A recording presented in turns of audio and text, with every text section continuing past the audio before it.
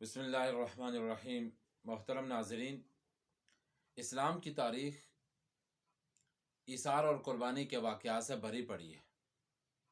خود رسول پاک صلی اللہ علیہ وسلم کی حیات طیبہ کو ہم دیکھیں تو آپ صلی اللہ علیہ وسلم کے پاس جو بھی چیز آتی، چاہے سونا آتا، چاہے مال غنیمت آتا، چاہے کوئی ہدایہ آتے، تو آپ صلی اللہ علیہ وسلم ان سب کو لوگوں کی ضروریات کو مد نظر رکھتے ہوئے سب لوگوں کے اندر، مسلمانوں کے اندر تقسیم فرما دیا کرتے تھے۔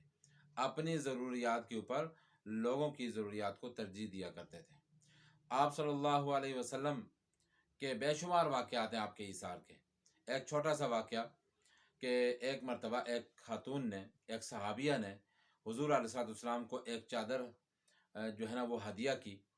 آپ صلی اللہ علیہ وسلم نے ان کا ہدیہ قبول کیا اور وہ چادر بڑی اچھی تھی، بڑی خوبصورت تھی۔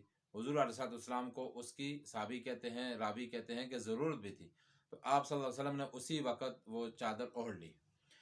آپ کے پاس اس وقت صحابہ کرام بھی بیٹھے ہوئے تھے۔ ایک صحابی اٹھے، وہ حضور علیہ السلام کے سامنے آ کر کہتے ہیں، یا رسول اللہ صلی اللہ علیہ وسلم، یہ چادر بہت خوبصورت ہے، آپ یہ چادر مجھے عنایت فرما دیجئے۔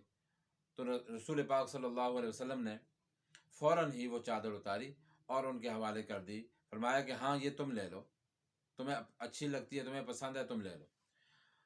اور جب حضور علیہ السلام پھر کچھ وقت کے بعد گھر تشریف لے گئے تو باقی مجلس کے اندر جو بیٹھے ہوئے تھے صحابہ کرام، انہوں نے ان سوال کرنے والے صحابی کو تھوڑا سا دبایا کہ آپ نے حضور علیہ السلام سے یہ چیز اسی وقت مانگ لی جب کہ آپ کو خود بھی ضرورت تھی اس چیز کی، اور آپ کو پتہ بھی ہے کہ حضور علیہ السلام نہ نہیں کرتے کسی بھی چیز کے بارے میں، تو یہ آپ نے ٹھیک نہیں کیا۔ تو انہوں نے جواب دیا کہ اصل میں نے تو اور مقصد کے لیے یہ جو ہے نا آپ سے تقاضا کیا تھا۔ وہ مقصد میرا یہ تھا کہ اس چادر کے ساتھ حضور علیہ السلام کا جسم اطہر مس ہو گیا تھا، میں آپ کے جسم اطہر کی وہ برکات حاصل کرنا چاہتا تھا، اور میرے دل میں یہ خواہش تھی کہ یہ چادر میرا کفن بن جائے، تو اس لیے میں نے یہ چادر حضور علیہ السلام سے مانگ لی تھی۔ اب مجھے امید ہے کہ میرا کفن بھی اسی چادر کے اندر مجھے کفن دیا جائے گا۔ تو انہوں نے تو اس جذبے سے، لیکن حضور علیہ السلام نے یعنی ان کے تقاضا کرنے پر وہ چیز فوراً ان کے حوالے کر دی تھی۔ ایسا حضور علیہ السلام کا ایثار تھا۔ پھر حضور علیہ السلام نے یہ ایثار کے جذبات، ایثار کی جو صفات ہیں، یہ صحابہ کے دلوں کے اندر ایسے پیدا کی کہ صحابہ اکرام بھی ایثار کا نمونہ بن گئے۔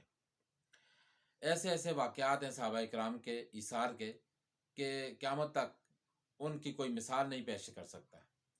خود ہمارا ایمان، ہمارا مسلمان ہونا آج 1400 سال کے بعد، ہزاروں میل دور مکہ اور مدینہ سے ہزاروں میل دور، یہ بھی صحابہ اکرام کا ایثار کا منہ بولتا ثبوت ہے۔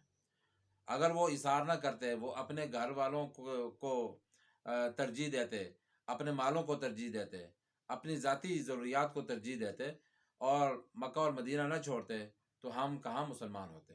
انہوں نے اپنی ساری ضروریات کو پس پش ڈالا اور پوری دنیا کے انسانوں کے جو ہے نا وہ کی ضرورت کو سامنے رکھا کہ ان کی ایمان ان کی ضرورت ہے، اور جیسے اللہ تعالیٰ نے ہمیں ایمان دیا اور ہم جنت میں جائیں گے، ایسے ہی سارے انسان جنت میں جانے والے بن جائیں۔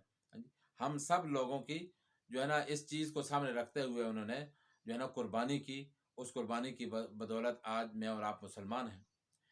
تو ایسے ایسے واقعات ہیں صحابہ اکرام کے۔ ایک واقعہ ہے، حضرت ابو جہیم بن حذیفہ رضی اللہ عنہ ایک صحابی ہیں، وہ فرماتے ہیں کہ جنگ یرموک میں اپنے چچا زاد بھائی کی تلاش کے لیے نکلا اور اپنے پاس ایک مشک پانی والی بھی اٹھا لی کہ کہیں جہاں ملیں تو میں ان کو پانی بھی پلا دوں، ہو سکتا ہے ان کو پیاس لگی ہوئی ہو۔ تو اتفاق سے وہ اچانک ایک قریب ہی جو ہے وہ زخمیوں کے درمیان میں دیکھا تو وہاں پر وہ موجود تھے، پڑے ہوئے تھے، تو میں ان کے پاس گیا، ان کو پانی پلانے کی کوشش کی، پوچھا میں نے کہ پانی پلاؤں، تو انہوں نے ہاں کی، اور جیسے میں پانی پلانے لگا تو قریب سے ایک اور آہ کی آواز آئی، تو میرے بھائی نے کہا کہ ان دوسرے ساتھی کو پانی پلا دو جنہوں نے پانی کا تقاضا کیا ہے، میں بعد میں پی لوں گا۔ میں اس کے پاس گیا، وہاں جا کر